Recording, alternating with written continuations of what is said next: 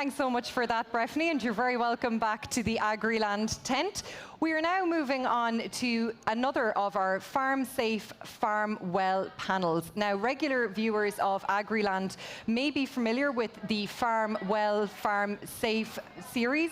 It is funded by the Department of Agriculture, Food and the Marine and brought to you in conjunction with AXA Insurance.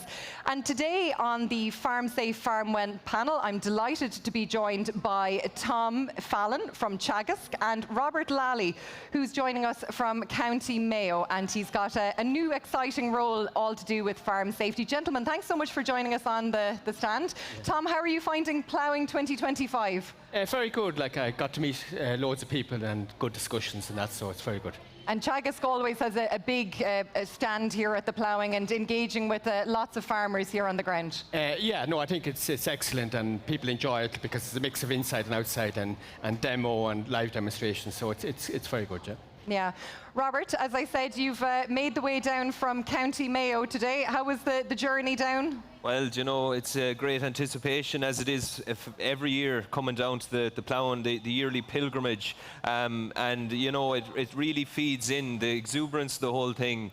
It's phenomenal. A lot of farmers are very isolated, so this is a great staple in our yearly calendar, and I'm delighted to be here. Yeah, and I think, Tom, that does feed into the whole area of farmer well-being as well. When we talk about safety, well-being goes hand in hand, and that social aspect of something like the ploughing is just vital. It is really important because, like, we're social beings, like so, and it's important to talk and even, you know, to share information and to share concerns and that. And thank God, like everything, the sentiment is very good this year, like with good prices in milk and beef and that, you know, so. Yeah, absolutely. So I suppose, Tom, we'll get down to brass tacks. And Farm Safety Week happened, obviously, a couple of weeks ago, and a major, I suppose, focus for Teagasc this year was around how we design our farmyards and how we make farmyards safer. And I suppose your role with Teagasc is as a farm buildings and infrastructure specialist. So you were front and centre of that campaign. And yeah. I suppose when we look at our farmyards, I suppose we could all probably make improvements. Is probably the first place to start. That's correct, yeah, and I think we have to be conscious that, say, just one statistic, that about 3/4 of fatal farm accidents occur in the farmyard. So the farmyard is very important, and when we spend money on a farm building, it always seems expensive, but the building will be there maybe for 40 years. So it's important to put time into planning and to get it right, like from day one, like, because it's, and then, you know, even apart from safety, everything in like work efficiency and protecting the environment, all of them feed in, and so putting time into planning facilities, you know, bringing your advisor and consultant on board from an early stage and trying to get it to suit yourself and to make your farm safe is very important. And I suppose when you're looking at a farmyard, flow of animals, flow of people, flow of machinery, farmyards are busy places at certain times of the year in particular, and you need to accommodate for all of that while, you know, getting work done efficiently as well.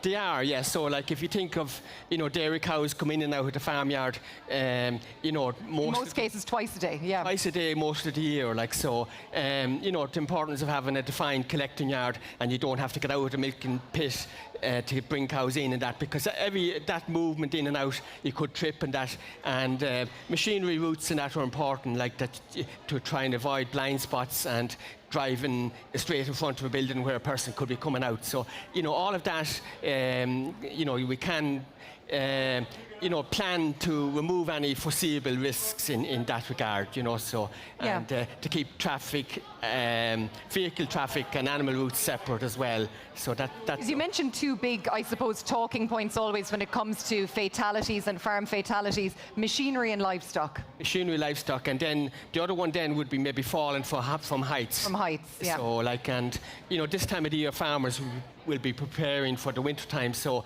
like maybe getting gutters cleaned or replacing lights and that. So it's important that that's done maybe before the winter and before animals are in the house, and that care is taken in working at a height. Okay, well, we might come back in a second to you, Tom, to talk about maybe how we fund all of this and approaching these jobs, with our farm safety hat on. But Robert, I'm going to bring you in here because Robert Lally, you are now a farm safety community champion. Yes. But you're not alone. No. So this is an initiative from Irish Rural Link, and can you tell us about it? So it's a culture change. That's what we anticipate. And basically what we are trying to do is incentivize people to bring the community back. We have a great initiative with the Farmers Haggart. As you said, Irish Rural Link has nine farm community champions at the moment, and what we really aspire to do is to get community back. So just for instance, you might have an elderly farmer or maybe just someone around 60 odd, and maybe they have no family around to help them. Maybe their children have immigrated, and maybe they just might chance tasks perhaps they shouldn't.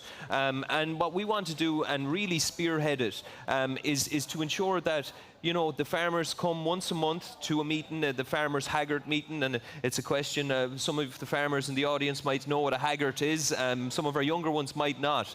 But a Haggart is, once upon a time, everyone would meet in the Haggart, a small grassy yard, and basically you'd have your tea and you'd go out to work and you'd all be working together, and it was a real sense of community and everyone helped each other. Now with machines and everyone being so busy, nobody has time to help anyone, but more importantly, they feel like they haven't time to help themselves. And what we want to do and want to achieve is to see these groupings come together and say, well, now, Tom, you're going moving cattle in the morning. I need to give you a hand because you want someone to step in a gap.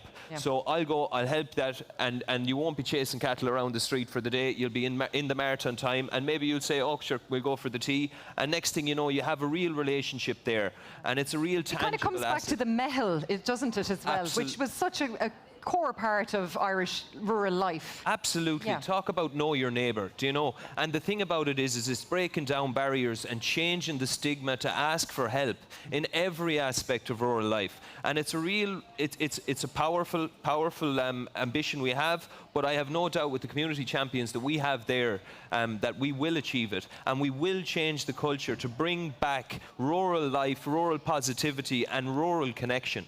Yeah, because labour is a crucial issue, Tom, on our farms. And as you said, like when we're looking at designing farmyards or redesigning or doing a new development on farm as well, oftentimes the farmer will be alone or they'll be caught for help on a job. Yeah, that's correct. So, I suppose I'm in the industry about 45 years, and a lot has happened in terms of automatic scrapers for moving farmer manure and that. So, but at the other side of that, the numbers of animals that farmers are looking after has increased. So it's a constant challenge to keep up with the labour demand. But I would just say that, this time of the year, if you can prevent problems, like a lot of accidents come from tiredness or from rushing. So it might be simply going out and condition scoring cows so that, you can feed them if they're short and that they calve down in the right condition. So you'll have less problems with downer cows and that kind of thing. So it's planning now for the springtime, in terms of getting the stock right, repairing buildings if they need to be repaired, replacing lights, all the simple stuff that will make life easier for next spring, really. Yeah, absolutely. And Robert, it is that kind of planning ahead. And look, we're all guilty of not planning ahead, but sometimes needs must, and especially when it comes to being safe. Absolutely. Like what they say, the famous saying is, fail to prepare, prepare to fail. I've heard so many people, and unfortunately we've had a lot of farm fatalities year on year, and basically it's from taking unnecessary risks. What we really need to look at as a community is, to have these, as you were saying, Tom, have the sheds, gutters cleared, everything ready before the storms, not to be saying, oh, that sheet is flapping, we're promised a storm later on tonight, we'll get up on the ladder, and try and fix it. And, it's just prepare. Yeah. And that's what it's all about. But more importantly, if you do not have the means to do a job, don't be afraid to reach out. never be afraid to get a professional. You know, there's no harm in that, particularly on the back of a good year like this year. You know, it's okay to spend a bit of money to make things safe around the farmyard. Yeah, because as part of our Farm Safe, Farm Well series, we spoke with the former IFA president, Eddie Downey, and we published and broadcast his testimonial very recently on Agriland, and he fell 12 feet. And, you know, he said, I was always very safety conscious. I don't know what happened to me on that day, but he said, I never thought it would happen to me. But it did happen. You know, and I think it can happen to any of us, you know, so it's just to take that time, Robert, as you said, to approach a job, and especially working at height. It's such a dangerous thing, you know, you're up on roofs, or, you know, there could be skylights that are painted over, there could be fragile roofs, so many dangers. So skylights would be a huge one, and I welcome the HSA stand today. I saw they have a phenomenal setup where it does have the installation of a skylight there to show the dangers of it. The amount of people that fall through skylights yearly. And you know what? It's crazy to say so many people go up and try and fix these things unaided, without anyone, with a ladder there, not even a person to hold it. And God forbid you do have that fall, no matter how high, you need someone there to raise the alarm, because that is, hopefully it never gets to that, but you're a lot better having someone there to raise the alarm, call for help, and to get you the necessary attention ASAP. Yeah. And Tom, I'd say you'd highlight the same when it comes to working at heights. And look, we do see ladders being used, but I mean, really, they should be used sparingly, if not used at all, when it comes to working at heights, really, if possible. No, yeah, ladders are not suitable, like, because you can't kind of keep contact and work at the same time. So there is companies like Height for Hire that you can hire out proper platforms to work at height.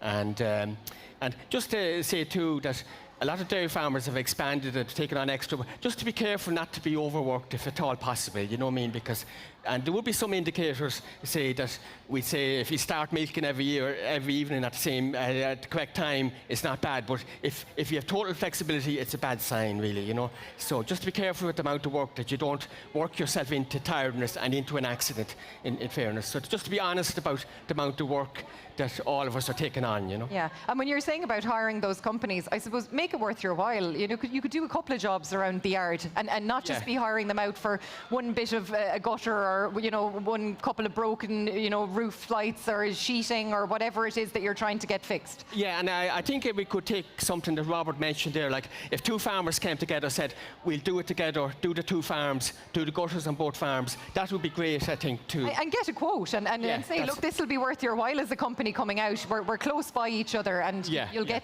two jobs for one, essentially. That's it, yeah. Yeah, and look, when it comes to working at height as well, you know, I mean, using the cherry pickers, using the harnesses, all of that as well, Tom, is so crucial as well if you are going up in a box. It is, like, and there is legislation on, you know, project supervisors for building work, and that buildings should be netted, or else you have a platform that you can operate from the height. Do you know what I mean? So it just has to be done right now. Yeah, and look, the darker evenings, Robert, and I think it's a really good point that Tom brought up there about workload. And, you know, obviously for dairy farmers, you know, coming towards the back end of the year, they'll be looking at drying off, but obviously not for a couple of months at this stage. But, you know, it is a tough job. It's a physical job. And, you know, outside of the farm itself, you're a human being. People have lives. There is normal life goes on inside in a farmhouse the same way it goes on in any other household. Yeah. Like, it's huge. And so many people in the dry stock in particular, they have a week's work done before they tackle into their weekend work, which they sometimes, you know, try and cram in a week's work on Saturday and Sunday. It's vitally important to prioritize yourself, your health, and always remember that if you have an accident on your farm, if you are unfortunate enough to have an accident, that has a knock-on impact, not only on your family, on your community. A direct, you know, it correlates with mental health of the community. We need to nurture our farmers in order to keep doing the great work that we do. But absolutely, we need to be very time-wise, you know, we need to make sure that we're together. And that's the social link that I think we just need to nourish. And we are a seedling at the moment, but there is no doubt that, what's that they say, Tom? He who plants the seed doesn't expect to sit in the shade, you know? So many hands, light work, always, always be willing and able to help and ask for help. Tom, I'm going to use your expertise before we finish up. We've just in or around 5 minutes. So I just want to ask you about grant funding as well, like that, because if farmers are looking at their yards to make improvements or anything like that when it comes to farm safety, I'm sure you're going to say every farm is individual, talk to your advisor, but what is the advice around funding maybe some changes? Well, there is excellent grants under the farm safety scheme, like say for rewiring sheds, but not, in installing yard lights, there's 60% grant. There's grants for handling facilities for stock as well. So there is substantial grants, and that's apart from the main grants for buildings and so forth. Yeah, and look, I mean, obviously TAM's tranche 10, I'm nearly sure it's tranche 10 is open at the moment, but, if there's work that needs to be done kind of, more immediately, to look at that and not to be putting it on the long finger, as you said, and waiting for the storm or the dark evening or anything like that, and have a look at what needs to be done now.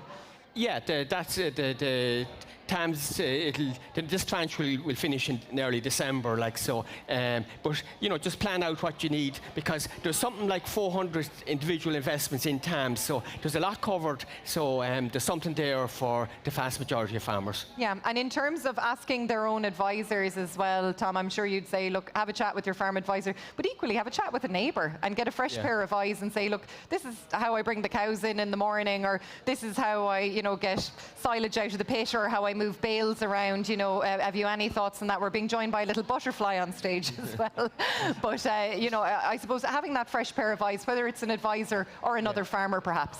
Yeah, because say for a simple thing, like a farmer said to me, he put in an underpass, he said he doesn't know why he didn't do that years ago, so it's, farmers are good to learn off each other, so that's the way I'd see that you should constantly talk and maybe have your neighbour in to see, have a look at your facilities, because they'll put a fresh pair of eyes would be very good, really, Yeah, and Robert, we have a lot of initiatives, thankfully, with farm safety and well-being. The department is funding great initiatives right across the board. We see health checks being rolled out. There's health checks available here at the ploughing as well. And look, we're all guilty of maybe not going to see the GP. And we were talking about it yesterday with Minister Michael Healy-Rae and John Joe Fitzgerald from the INHFA about how farmers are often guilty of looking after the cow, looking after the ewe, looking after the tractor or the loader or whatever it might be, but not looking after themselves. And maybe that's an important message for farmers to take stock of as well. Farmers are the best carers in the world for their stock, for their animals. They absolutely adore them and dote them. And when they're sick, when their stock are sick, they're physically sick themselves. And I can empathise with that. But what we really need to do is start looking in the mirror. And if we're a bit lame, maybe we need to get the hoof paired and maybe prioritise that, because sometimes we can just forgo that. Like children, children are great. I was very lucky to be with Agri Kids at a school the far side of Athlone there last week, and we were talking to the kids about safety and farm, and they, oh my goodness, you'd learn so much from children. But they're so eye-opening. They tell you everything. They know what's right. They know what's wrong. It's all through initiatives like this being drip-fed down through the farmer. And in a lot of cases, it's the children that are really emphasising the farm safety at home. Yeah. Maybe, And we've spoken to Alma Jordan on the Farm Safe, Farm Well series and about keeping children safe. But she has told us that through her work in schools that, the children are, going home. And she said, I want to be out of a job, what I mean? Because they're bringing home that message. And it's that cultural change, Robert, they were saying, isn't it really? Exactly. And really, it's the empathy we feel when an accident happens. And it's what we need to make sure is that nobody ever feels that empathy again, or never needs to, because the accident doesn't happen. The best case scenario is nothing happens. And the best case scenario is Alma Jordan is out of a job, because to be quite honest, unfortunately, it is so relevant right now that we emphasise farm safety. And, I think the outlook is very, very positive. We are moving in the right direction in a lot of aspects of farm safety. But more importantly, we need to make sure that we do nurture our farmers. We do look after them. We look after the children. We look after the farm, because we are only custodians of the land. We want to pass it on in a better way than we found it. Yeah, and we're talking about the future of farming all week here in the Agriland tent, and generational renewal it's a big buzzword as well. And Tom, we need to make sure that the next generation want to come into farming. They see it as a safe occupation, an occupation where they'll be happy and that they'll make money, but they'll also have pride in their work every day and that they'll be valued. And I'm sure that's something you'd see in Teagasc as well. Yeah, I think so, because like well-being is closely related to safety. Like, so if we can be positive about our work and on the farm, and you know, we're meant to enjoy the journey. Like, it's not meant to be an endurance, so that taking time away, like, people will feel re-energized after a day today in the ploughing. So the same with taking a weekend off or a week off this time of the year. Do you know what I mean? So it's important to look after everybody and to give good example to your children, like that. Yeah. It's not all about work. Yeah, and to give yourself that permission to leave the yard, for sure, absolutely. Robert Lally and Tom Fallon, thank you so much for joining us on this Farm Safe, Farm Well panel, which is funded by the Department of Agriculture, Food and the Marine, and brought to you in conjunction with AXA Insurance. Now we're going to head back out to see what's happening here on site.